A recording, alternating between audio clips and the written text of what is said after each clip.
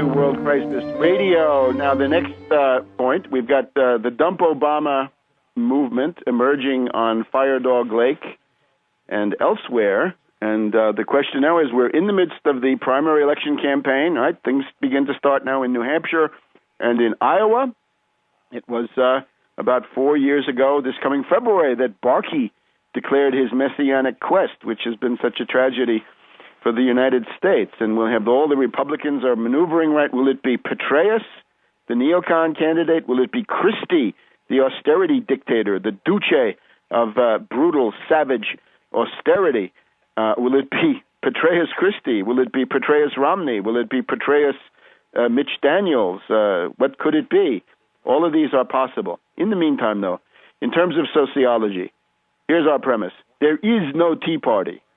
The media talk about nothing else. The media are interested in keeping alive the fantasy, the myth by now, that there's such a thing as the Tea Party as an actual sociological movement. There is no such thing. The Washington Post did a series of attempted phone calls and to contact these people. They went to Tea Party Express, Tea Party Patriots, Freedom Works, and the rest of these astroturfing organizations. These are essentially Republican PACs that rebaptized themselves Tea Party, right? In 2004, they were re-elect Bush. In 2006, they were support Denny Hastert and Tom DeLay.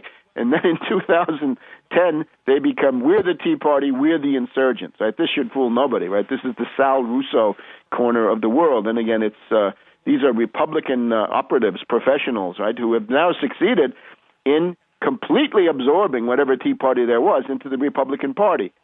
Now, the Washington Post found, allegation was that there were 2,400 Tea Party organizations. That's what these AstroTurf groups claim.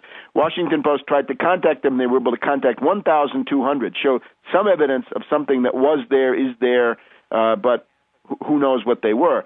They were able to make contact with 600 of these, and the overwhelming finding was that they did nothing, that they had no relation to elections, that they didn't support candidates, they didn't have their own candidates, they didn't have their own program, they didn't do anything much. They were essentially social clubs.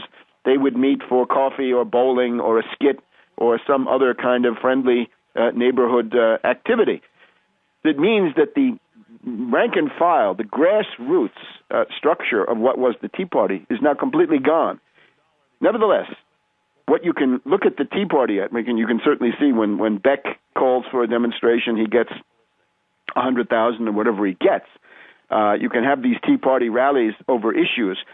This is now the same method as we've described in Obama the Postmodern Coup, right? Remember, take a look in Obama the Postmodern Coup at the entire chapter that's devoted to swarming adolescents, rebellious hysteria, the distinguished article by Jonathan Mawat about how the color revolutions are now organized, right? This is based on CIA practice in the Philippines against Marcos in the 1980s, what went on in Iran in the late 70s against the Shah, and bringing in the other regime that we see now, and the thing that was then prolonged into the Belgrade overthrow of Milosevic in 2000, 2001, and the Kiev Orange Revolution that put Yushchenko and that gang into power, the NATO agents and IMF agents, the revolution, the Roses Revolution in Tiflis, Georgia, that put in the madman Saakashvili, the warmonger, the attempted Cedars Revolution in Lebanon, and so on and so forth around the world, right? Using demagogic leaders, slogans, branding, Tea Party, obviously one of them, right? All this costumes, right? The 18th century costumes, don't tread on me.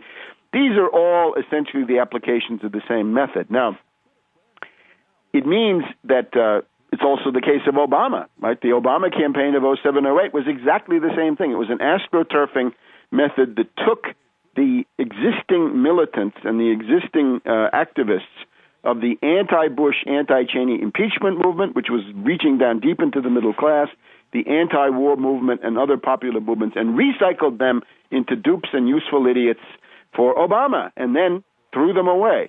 And that's where we stand now. These movements have essentially been swept away and destroyed.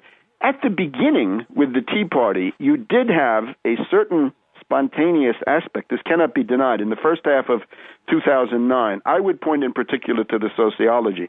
Having talked with Tea Party people, gone to some demonstrations and attempted to profile these groups sociologically, what do you find? You find a lot of stockbrokers, you find a lot of real estate brokers. What does that mean? These are people who are appendages of Wall Street, appendages of the great speculative machine, right? The retail broker, the local financial advisor, the real estate broker. We can see the character of the hero's mother in the latest Oliver Stone movie, right? She's caught up in the flipping houses routine there on Long Island.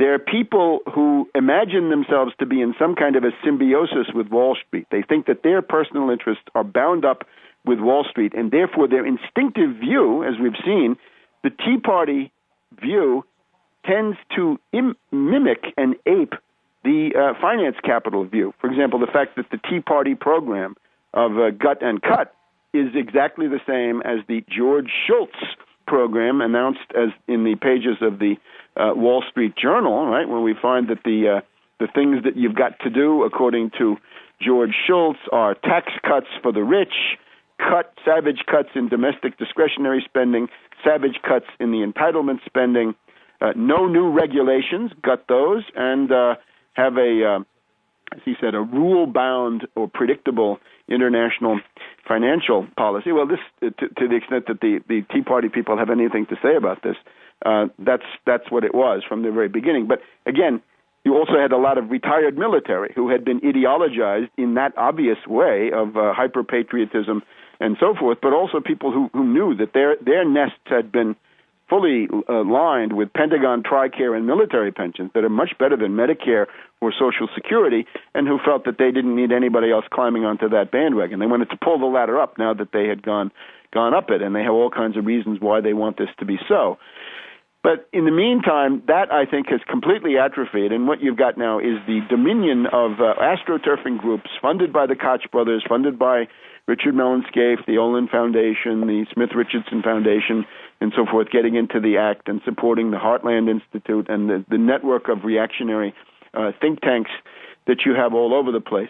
And this has now become a phantom. It's an ideological phantom which these commentators cite constantly as if it really exists. Well, it doesn't exist. And look, for example, at some of the people that have gotten elected, right? Rob Portman in Ohio is a fanatic for free trade. Same story for Dan Coates. He's a globalist in Indiana, and he's been able to get elected in the year of the Tea Party tsunami. We'll see you in just a minute to hear more.